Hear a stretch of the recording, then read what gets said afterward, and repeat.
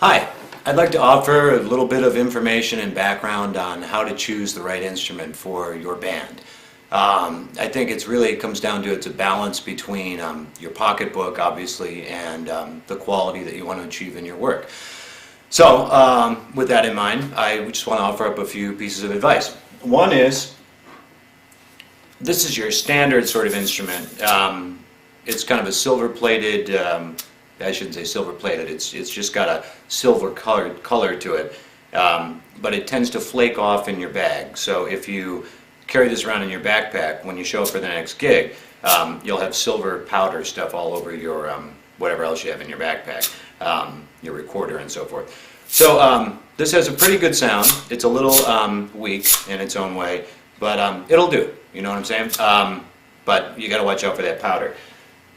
What I prefer myself is, these are reproduction sort of Slinky. It's a little darker in color, doesn't have that shiny powder on it, and it has a little bit deeper sound. You can play it the way that you probably have seen me play it, this one. You get that popping. Or you can do more of a rhythmic kind of thing like this. You see, lots of different techniques, but I'm not here to talk about techniques, I'm here to talk about your instrument. And then also, I received this as a gift from Mrs. James of the James Corporation. They're the ones who make the official Magic Spring, otherwise known as the Slinky. This, I kind of think of as a ceremonial, special occasion Slinky. I don't think it's really plated in gold, but it's a gold color and it gives the illusion of being gold plated. This has a very different sound, you can kind of hear it.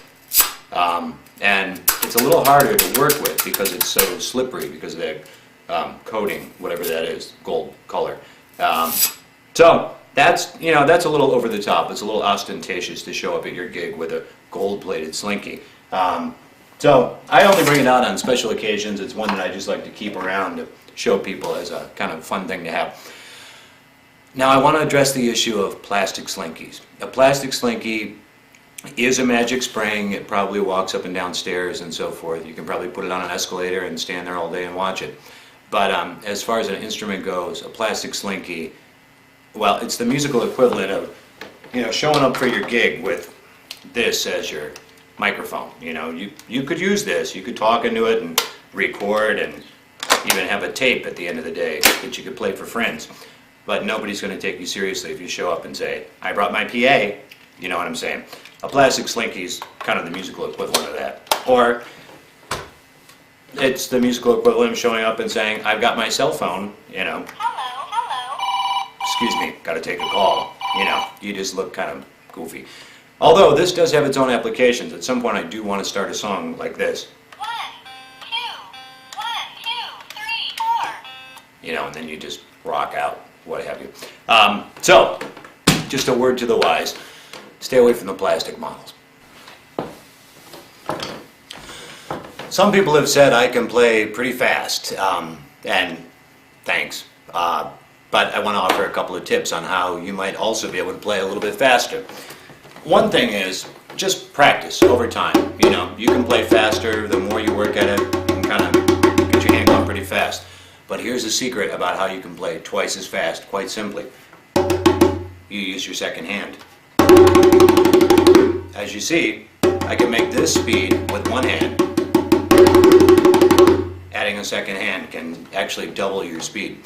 That's just a little secret technique I picked up over the years. I can't think what else. Oh, people have also asked about some piano playing tips, and I'll show you a couple of those things just because you might want to know. I don't know. Please excuse the close-up. It's probably a little scary, but I don't have a camera person, so I have to do it myself. I just want to show you a couple of ways that I play. First thing, of course, is take off your rings, because if you don't, you get this sound, which is just really more than anything it annoys the guitar player, so you don't want to do that. Here's basically what I do a lot of times is I play a fifth in my left hand, which is like, for example, an E. It would be an E and a B. And I just essentially play that as fast as I can.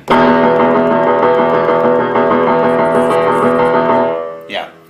And then if you throw in the right hand, what you're really looking to do is something more a little syncopated. So, for example, that song Saskatchewan of ours, if I get my left hand going, and then I just go down on the chords.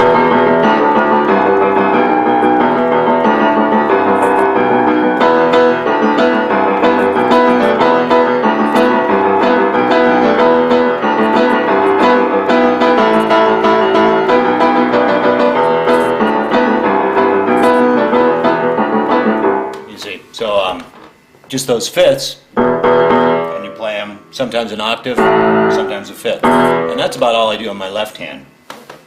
The other thing I want to show you is the opening run from The Kingdom's Big Enough. That's a case where you just do a little pattern and you repeat it several times.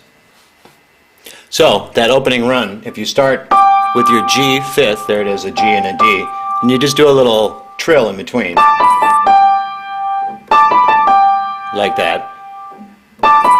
Then you turn your hand over to get to the next one, and you go down. So it goes, I'm sorry, let me back up a little, my professional camera job. And then you're back to the beginning again.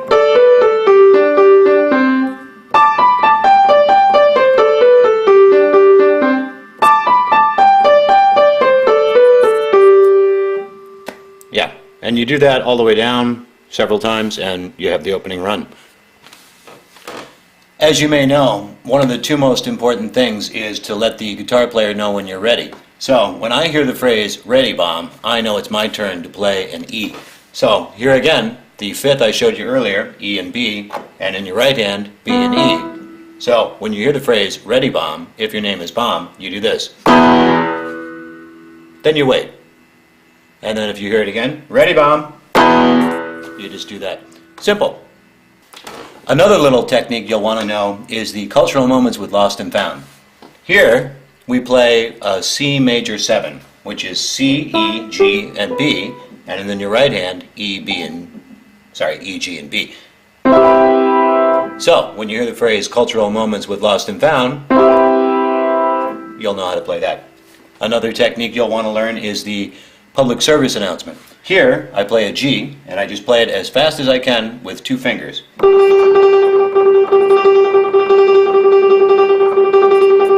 This you'll need to do until you hear the guitar player say, "this just in." Then you can stop. Sometimes if this CD is pretty far away, you can find yourself doing this for a very long time.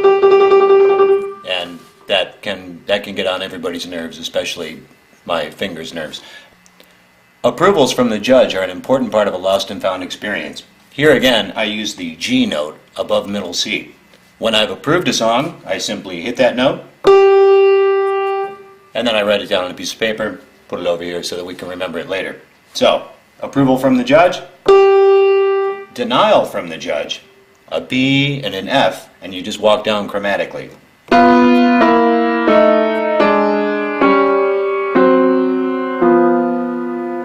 It's sad music, and that's because a denial is a sad thing. So, you want to have more of these, then you do these. Right. It's just, it's a balance in life. So, let's put all the pieces together. Imagine we're at a concert, someone has requested the song The Kingdom from our Something CD. You get an approval. Michael wants to say a few things about the Something CD and the song, so, public service announcement. He says, "this just in," talks about the Something CD, and then you go ahead and play the song. So, in this case I'm going to start with an octave, but remember we talked about a fifth, that'll come in a second here. So, it's in the key of G, start with that, and we add the run on top. Here we go.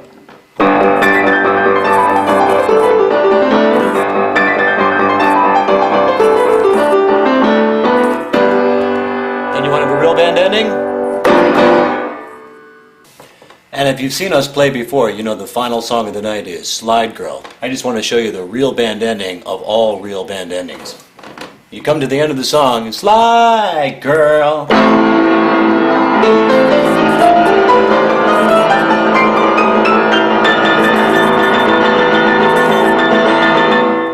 where Michael climbs up on a chair.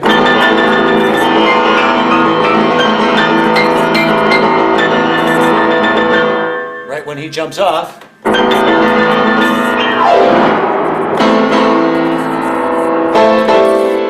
And then in a Jerry Lee Lewis nod. And that's the end of the concert. Later.